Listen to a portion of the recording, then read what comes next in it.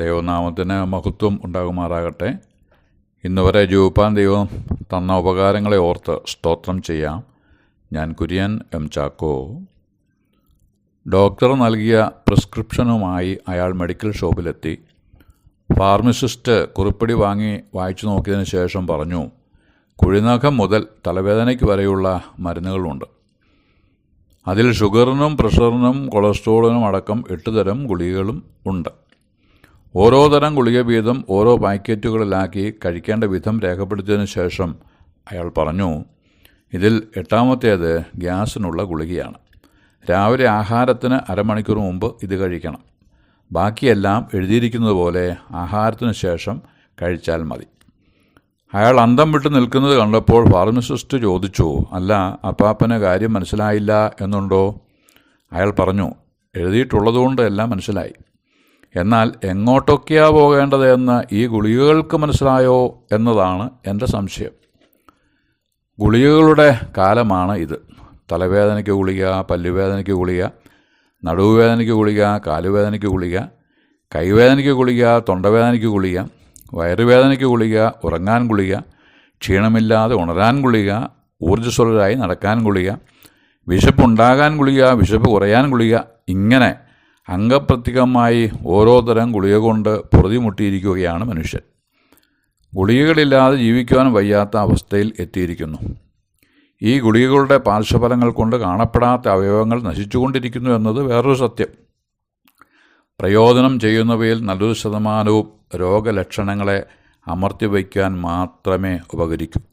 രോഗത്തെ വേരോടെ പിഴുതെറിയുവാൻ തുർമാനമായ ചികിത്സ വേറെ വേണ്ടിവരും. യുക്തിവാദത്തിൻ്റെയും ഈശ്വരനിഷേധത്തിൻ്റെയും പിന്നാലെ അണിനിരക്കുവാൻ ആളുകളുണ്ടെങ്കിലും പുണ്യസ്ഥലങ്ങളിലും മറ്റ് അറിയപ്പെടുന്ന തീർത്ഥാടന സ്ഥലങ്ങളിലും പോകുന്ന ഭക്തരുടെ സംഖ്യ നാൾക്കുകൾ വർദ്ധിക്കുകയാണ്. ഇത്തരം തീർത്ഥാടനങ്ങളും ഭക്തി രസപ്രധാനമായ പ്രദർശനങ്ങളും താൽക്കാലികമായ രോഗശമനോപാധി മാത്രമാണ്. സ്ഥായിയായ രോഗത്തിനുള്ള ചികിത്സ വേറെയാണ് എന്ന യാഥാർത്ഥ്യം ചിലരെങ്കിലും മനസ്സിലാക്കിയിട്ടുണ്ട് എന്നത് സത്യം.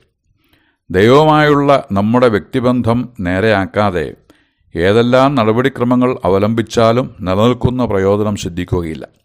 അതുകൊണ്ട് ദൈവവുമായുള്ള ബന്ധം ശരിയായിരിക്കുന്നുവോ എന്ന് നമ്മോട് തന്നെ ചോദിക്കാം.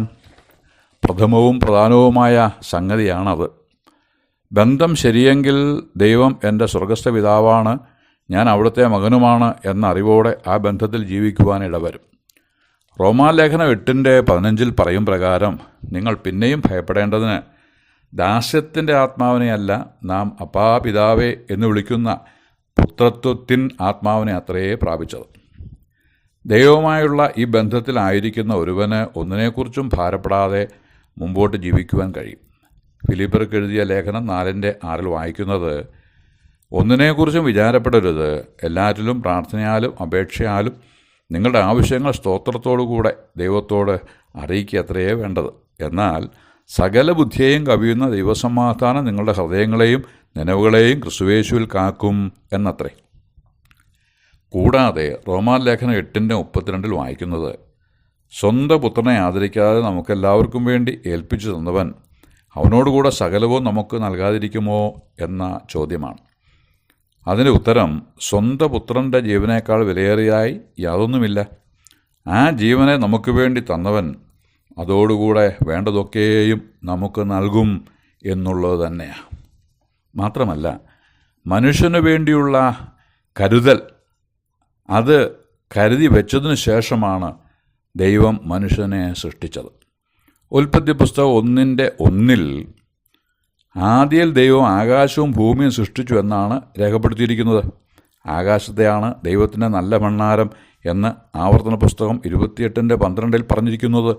മാത്രമല്ല, ദൈവനാമത്തിൽ ചെയ്യേണ്ടത് കൃത്യമായി ചെയ്താൽ ആകാശത്തിൻ്റെ കിളിവാതിലുകളെ തുറന്ന് സ്ഥലം പോരാതെ വരുവോളം നിങ്ങളുടെ മേൽ അനുഗ്രഹം പകരും എന്ന് മലാഖി 3:10 വായിക്കുന്നുണ്ട്.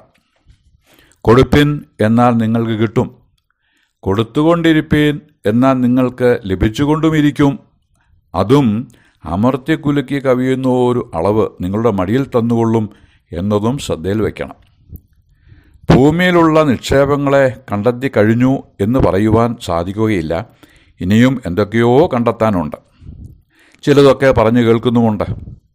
ചേർത്തല മുതൽ കൊല്ലം വരെയുള്ള വെള്ളമണലും കൊല്ലത്തിൻ്റെ തീരത്ത് ആരംഭിക്കുന്ന വെള്ളമണൽ ഖനനവും കായംകുളം ഭാഗത്തുള്ള കരിമണലും അതിൻ്റെ ഖനനവും കൊച്ചി ആഴക്കടലിലുള്ള പ്രകൃതിവാതകവും എന്ന് വേണ്ട തീരദേശത്തോട് ചേർന്നുള്ള പല വാർത്തകളും അവിടെയും ഇവിടെയുമായി കേൾക്കുന്നുണ്ട്. ഖര ദ്രാവക വാതക നിക്ഷേപങ്ങളുടെ വലിയ സമാഹാരം ഭൂമിയിലാണെങ്കിലും ദൈവത്തിൻ്റെ നല്ല ഭണ്ഡാരമായി എന്ന് വച്ചാൽ നിക്ഷേപങ്ങളുടെ കലവറയായി എഴുതി വച്ചിരിക്കുന്നത് ആകാശത്തെയാണ്. അങ്ങനെയെങ്കിൽ ഭൂമിയിലുള്ളതിനേക്കാൾ വലിയ നിക്ഷേപങ്ങൾ ആകാശ ഗോളങ്ങളിലുണ്ട്. അവിടെയുള്ള നിക്ഷേപങ്ങളിലേക്ക് മനുഷ്യർ എത്തി നോക്കി തുടങ്ങിയിട്ടേ ഉള്ളൂ. മഴ മൂലം ലഭിക്കുന്ന വെള്ളം, കാറ്റിൽ നിന്ന് ഉള്ള വായു, അതിൻ്റെ ശക്തി മുതലാക്കി ഉൽപ്പാദിപ്പിക്കുന്ന വൈദ്യുതി, സൂര്യനിൽ നിന്ന് ഉള്ള താപം, ഊർജം, വെളിച്ചം, ഇടിമുഴങ്ങുമ്പോൾ വിതറുന്ന സസ്യലതാദികൾക്കാവശ്യമായ നൈട്രേറ്റ് തുടങ്ങിയവയൊക്കെ ആകാശത്തിലുള്ള നിക്ഷേപങ്ങളുടെ ഒരു സാമ്പിൾ മാത്രം. ചന്ദ്രനിലുള്ള ഹീലിയം 3യുടെ കണക്കു തന്നെ നമുക്ക് മനസ്സിലാകുന്നതിലും അപ്പുറത്താണ്.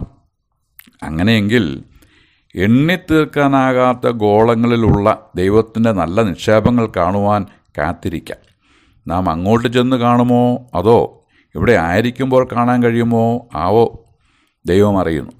ഓരോ ഗോളത്തിലും തമ്പുരാൻ കർത്താവ് നിക്ഷേപിച്ചിരിക്കുന്നത് എന്തൊക്കെ, എന്തുമാത്രം നമ്മുടെ ബുദ്ധിക്ക് എത്താത്ത വൻ കാര്യങ്ങൾ തന്നെയാണ്.